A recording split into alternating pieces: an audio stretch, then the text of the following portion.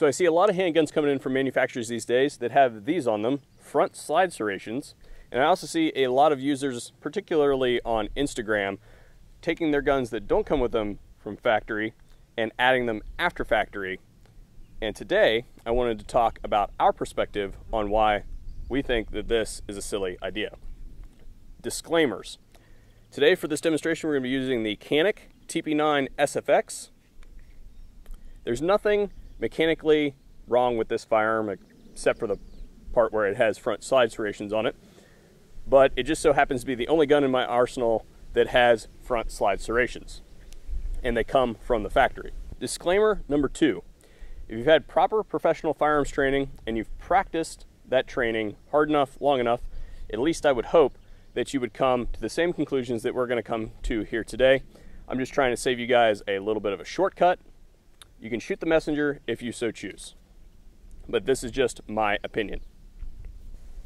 Before we jump into the 3 ways that I believe front slide serrations are used improperly, I have 3 tenets for the operation of a handgun that we will judge all these 3 things by. These are sort of guidelines. Guideline number 1, whenever we manipulate the firearm or a function of the firearm with our offhand, we always do so with the offhand behind the trigger. Insertion of magazine, behind the trigger. Reciprocation of slide, behind the trigger. This ensures that our hand isn't wandering into places that we don't want it to be, particularly where the bullets go. Guideline number 2, whenever we are manipulating the slide, we want to orient the gun in such a manner that the ejection port works with gravity. Move it up like this, reciprocate the slide, and this ensures that anything that's not supposed to be in there goes to the floor. Guideline number 3, we always use the mechanical energy of the slide to put itself into battery. We never assist the slide forward. We always grab it, pull it to the mechanical stop, and then the kinetic energy of our hand moving backward will rip the slide from our fingertips. So if you agree with our logic on all 3 of those, we're going to go ahead and move into our analysis on the 3 ways that I think that slide serrations are used improperly. Number 1, press checks. If you guys have been following the channel for any amount of time, you'll know that we are not big fans of press checks here and never have been.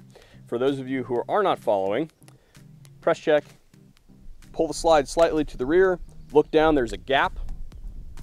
See if there is a piece of brass in the chamber. Press checks are an unnecessary action. If you train with your firearm and you've got enough time, energy, sweat, blood, and tears on that gun, you will be able to tell the difference between whether a round goes into the chamber when you reciprocate the slide or it does not. You can feel the difference and you can hear the difference.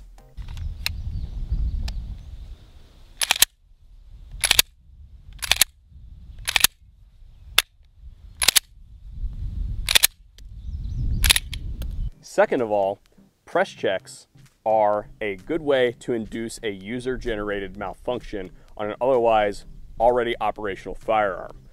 By injecting another human input into that firearm, you have taken the gun out of battery and it may not return there if, say, you're interrupted during the cycle. Lastly, a press check only gives you part of the equation. It only tells you that there is indeed a piece of brass in the chamber. Doesn't tell you that there's a bullet on the end of that piece of brass. So for press checks, let's use the guidelines that we established at the beginning of the video to determine whether this action is cool or not. Number 1, hand behind trigger. Nope. Number 2, is the gun oriented towards gravity? Nope. Number 3, does it rely on the mechanical action of the firearm solely? Nope. Number 2, underhanded slide manipulation. We've all seen this one before, particularly on Instagram. An individual grabs hold of the slide at the front by the serrations, pulls it to the rear, and lets it fly. In that orientation, Hick's law tells us that the more choices an individual has when making a decision, the longer it will take them to perform the action. Therefore, translating that to firearms, we should not have 2 actions, one for playtime and one for work time.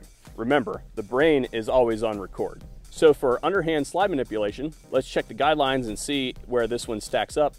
Is the hand behind the trigger? Nope. Is the ejection port oriented toward gravity? Nope. Does it rely solely on the mechanical action of the firearm? Yeah, it does. Number 3, overhand slide manipulation, and this is by far the most common. An individual grabs hold of the slide, overhand, pulls the slide to the rear, and lets go. For this one, we're going to start with the guidelines. Number 1, is the hand behind the trigger? No, it's not. Number 2, is it oriented in the proper orientation? Yeah, it is. Does it rely solely on the mechanical action of the firearm? Yes, it does. The problem here comes twofold. The first is if you miss shallow and cover the ejection port of the firearm when you go to rack it, you can induce a malfunction. Anything that was trying to come out, that was supposed to come out by itself, you've now fed back into the gun because you covered the ejection port. The second one that'll teach you much faster is getting bit. Someone reaches over the top of the slide in the place that they think is the proper place to grab hold of the slide, pulls the slide to the rear, and when they let go, it catches their finger. Now, it's probably not going to be the index finger. It's probably going to be something that looks more like this, where you've got either the ring finger, the pinky finger, or maybe even both in there. And with that slide falling forward, that sharp metal right there, it will cut you and it will mash up your fingernails pretty bad. It's gonna get your attention pretty quick.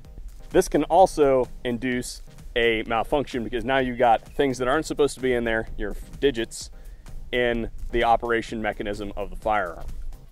So that covers just about everything that you can do with front slide serrations. So the question is, what are they for?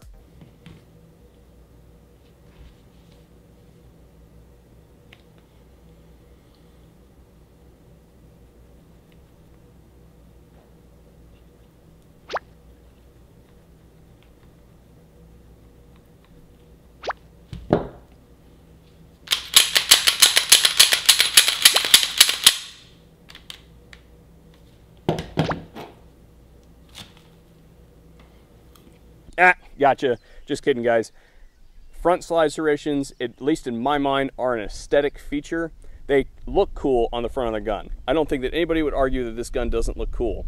However, as far as from a functional standpoint, just not something that I use on a regular basis, and today we outlined why. Now, if you guys enjoyed this video, if you guys found it interesting and informative, please hit that like button down below. If you guys think that we earned your subscription here today, please hit that subscribe button and maybe even share it around. Perhaps your friends will enjoy it too. Thanks for watching the VSO Gun Channel. Slide serrations are supposed to be on the back of the gun.